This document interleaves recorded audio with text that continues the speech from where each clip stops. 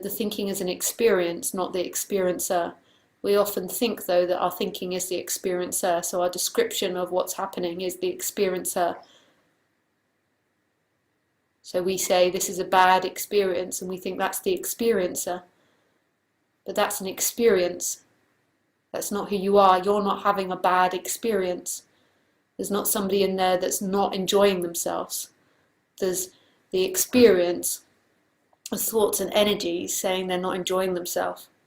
So they are an experience, not the experiencer. But the way we talk and think implies that our experience is bad, as if there's somebody here having a bad experience.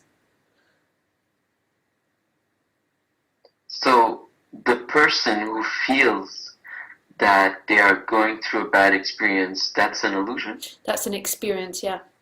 There's nobody actually going through a bad experience. There's always infinity having experiences. Infinity with experiences appearing in it. So the one that thinks that it's having a bad experience or a bad time or it's unjust or this shouldn't be happening to them is an experience, not who you are. But that energy becomes so strong that it takes up the whole screen and feels like who you are. And that's when suffering begins. Is that energy that takes over and believes that the person is the whole show and the person is experiencing this. Whereas the person is another experience in the dream. The thoughts and the feelings aren't the experiencer, they're an experience. But that gets confused, and that's suffering. It doesn't mean that the body-mind mechanism changes after awakening. It can do. Often a lot of the trauma and the negative thought patterns change, but sometimes they don't. But there's an energetic movement from this tight contracted world of me, the experiencer, to experiencing for no one, with the experience of the body-mind mechanism appearing in that. It doesn't mean that the body-mind mechanism will be perfect in any way or enlightened. It just there's no longer this energy that's the experiencer.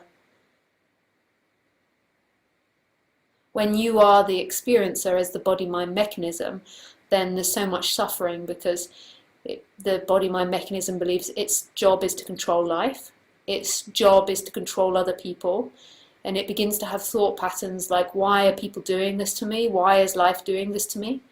And it takes life personally.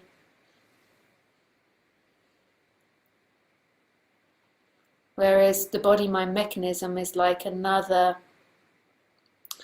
leaf blowing in a breeze. It's subject to everything else to move.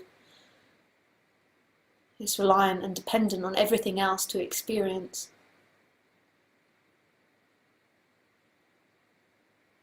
And it bumps into other leaves and it drops out of the sky when the wind stops and it goes off in random directions and it's painful and pleasurable and full on. But it's not you. You aren't that. You are everything. Always.